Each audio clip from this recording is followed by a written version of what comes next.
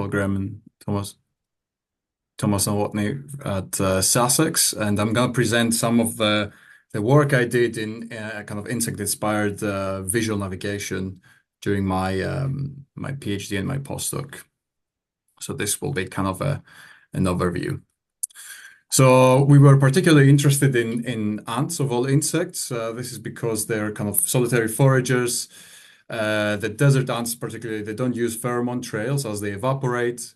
They have really small brain capacity to work with. They have lots of quite big eyes, of 500 ommatidia per eye, and they have quite a wide field of view. And this is kind of a typical desert ant behavior where they would leave the nest and they would go out forage, try to find food. And once they find the food source, they would follow a path integration vector back to the nest. And then, of course, in kind of more visually rich environments such as these, ants would still use path integration, but in this case, they would use path integration to scaffold the visual learning. So once they make their way back to the nest, then they could go back out, look for food, and returning back to the nest can be done visually since they've already kind of labeled essentially the snapshots that they take along the route by the direction that they've been moving. So this is similar to the teach and repeat kind of tasks that we may find in robotics. So in terms of finding the correct direction, in the past, what's been observed is ants doing this kind of scanning behavior where once they seem to be uncertain about where they are or confused, they would turn their bodies and their heads left and right, seemingly trying to find a familiar view. And once they have this familiar view, they would move in that direction. So this is kind of a super sped up, a slowed down video. So there's there we go. So to do this computationally, if you can imagine, we have a kind of a stored view here that resembles our goal direction, and we can take we can compare it to a scanning view. And we can do this by taking the mean absolute error, the mean absolute difference, or any kind of, there's many different functions that we can use here. And as you can imagine, if we're scanning around where we are, once the view that we're looking at matches the one from our memory, the snapshot, then the difference would be minimal, which means that familiarity would be maximum, right? The most familiar view. And then we can choose to move in that direction by finding that minima in the rotational image difference function, the RADF. So then what happens is if we imagine that we have multiple of these snapshots along the route and we're trying to return from the feeder back to the nest, route following just becomes a search for familiarity, which is easier than recall. So we don't need a traditional kind of waypoint type structure, and we don't need any 2D or 3D maps anymore, but we can just keep looking repeatedly for the most familiar view, and that will lead us to reach the goal location, for example, the nest or the feeder in a small robot or an ant's case. So some other results from experiments that have been done is that ants often seem to respond to the sequence at which these views are experienced as they go from the feeder to the nest. So in this example, you have this very simple desert environment. There's a feeder and a nest, and there's a simple visual cue at the middle of the field. So ants have been trained to go from the feeder to the nest multiple times. And then what would happen, researchers have picked up the ants near the nest and they would put them back near the feeder. And even though they've experienced the views from the feeder towards the nest from multiple different angles and multiple locations in this section of the world, then they would seem that initially they're a little bit confused about where they are. And this is shown by not them directly heading back to the nest, but exhibiting this kind of search exploratory behavior, right? So it's been speculated that they have some sense of view sequence. So the way we can represent this computationally, if we can imagine we have a robot, it goes through some type of environment and it collects snapshots over set periods of time. And then we have the entire snapshot memory. At any given time, if you want to know which way to go, we can apply this visual compass, this rotational image difference function, and also look through the entirety of the memory in order to find our direction. And this will give us, let's say, the best match, which is here. But we can do better than that by restricting the amount of memories that we're looking at, and also incorporate the temporal information, i.e. the order in which we experience these views.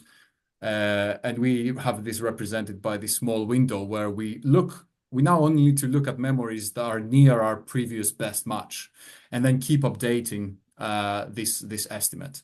And of course, this window could be smaller or larger, or we can adapt it depending on what's going on in the visual image comparison. So this is an example of this algorithm. So initially, we would calculate, for example, all the RIDFs between the current image for a given rotation theta and all stored snapshots in the window, let's say. Then from this, we can extract a minima, which represent the location, the index of the best matching root memory and the direction of movement.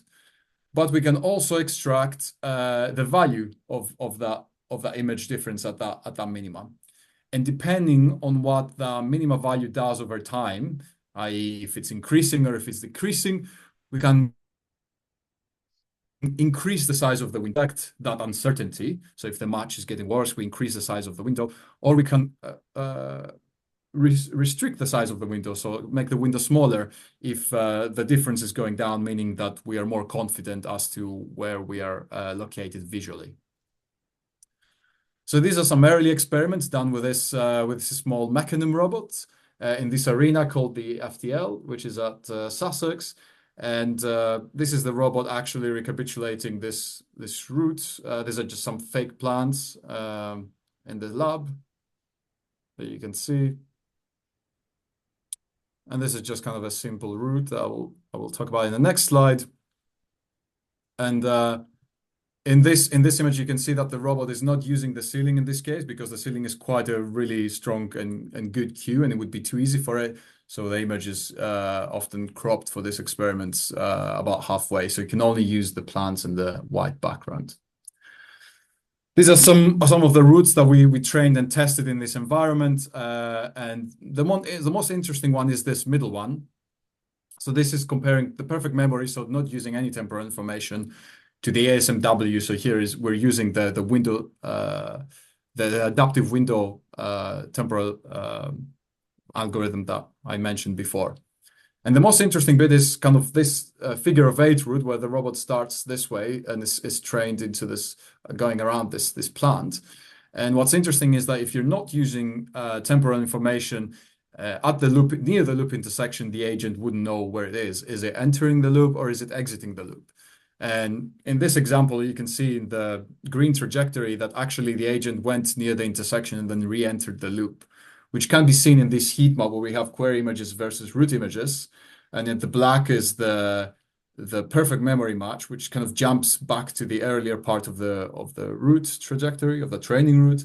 But if you're restricting the algorithm, the agent temporally with this window method, which you can see the limits of in red, then these memories are never considered from entering the loop. Only the ones exiting the loop are considered. Here are some more experiments that we conducted in this kind of corridor environment. Of course, this is quite like a uniform and simple environment, but it was kind of to demonstrate a point. It was also a much longer route. And here we can also see this type of aliasing taking place, where the perfect memory match jumps back and forth from different parts of the corridor, because the corridor is like quite uniform. But if you apply this similar, the same kind of window approach, you can see that the memories are very restricted, and you're only considering memories very close to your previous match. Here's a top-down view of this is the corridor experiment, which I talked about from the previous slide, and this is a much longer route that we tested on. It goes through many different sections of the Chichester building in Sussex. It's a lab section, a foyer section here, and an outside courtyard. So the total length of the route is approximately 65 meters long. And I should mention also here that increasing the route length with kind of a perfect memory or any algorithm that considers the entirety of the memory, the time complexity would also increase linearly, or depending what you're using, but it will increase at least linearly. But using the windowed approach, then you don't have any penalty in the time complexity because you're only considering a set amount of memories around your best match. So I will show you some of the sections from these experiments. So this is the lab section. This is what it looks like and what the robot sees at the bottom. This is part of the foyer section. So again, this is what it looks like and view from the robot. Another part of the foyer section. So you can see also here the robot is going from different kind of friction coefficients. This is there's tiles and there's a carpet here, and this is at the in the outside in the courtyard outside these doors. So if these videos play, you can see some of these, the robot actually trying to recapitulate some of these routes. It's quite interesting in this part where there's a door. Thankfully, this door has got an optic sensor, so the robot triggers it and goes through, which is quite funny. Not every video is playing, I'm not sure why. Okay, I think it's quite a heavy slide. But you can see also people are walking by, and it's quite robust to that, so it's not affected by people walking around. I should say the top, you can see here, we've got training at the first column, testing, one test at the second column, another test at the third column. So these are all from the diagrams I showed earlier. Okay, I think that's enough. I'll try to skip to the next slide. So after those kind of trials that we did indoors, and we managed to get the algorithm working, we turned to outdoor trials. So this is a much larger robot that we used to drive it around the Stanmer Park, which is near Sussex campus, and this data set is available for everyone to see. So this robot comes with the same kind of omnidirectional camera that the smaller robot has, but we have an IMU and a GPS antenna that is collecting ground truth data. So one could compare against whatever direction the algorithm gives you. You can compare and see if it points in the right direction. So in the outside world, of course, we have kind of more challenging conditions where we may have sunny days and cloudy days. And here's some of the kind of pre-processing that we've experimented with. Here you can see we're using sky segmentation, where we basically categorize the sky pixels and the ground pixels, and what we can do then is filter out the sky. So we're not taking into account the sky anymore, we're just using the ground features. And in this case, the image is also grayscaled on the left-hand side. In the right-hand side, we're also using local contrast normalization. So you can see here the pixel intensities are kind of closer together, more uniform in this case. So just some example of the pre-processings that we may have to do when we're working with outside robots. And then here is an example of the robot actually recapitulating this route at the middle of campus. You can see there's a lot of people walking around. I don't know if I can do full screen, but basically here you have the query image. So this is what the robot is looking at when it's testing, and this is what it was looking at when it was training, and which one is matching the best. And here you can see the RIDF. So basically it tells the robot which direction it should go by finding that minima. And of course, this is just one of the RIDF. So the robot is comparing the query image to multiple training images like before, and it's constantly adjusting its angle of movement. And finally, none of this work would have been possible without the collaborators from Sussex. So as I mentioned, Paul, Andy, and Thomas were the PIs of this project, but also collaborate with James Knight, Amani, and India from Sussex, where currently, I think they're still PhD students, but if not, they must be just finishing. Yeah, thank you very much.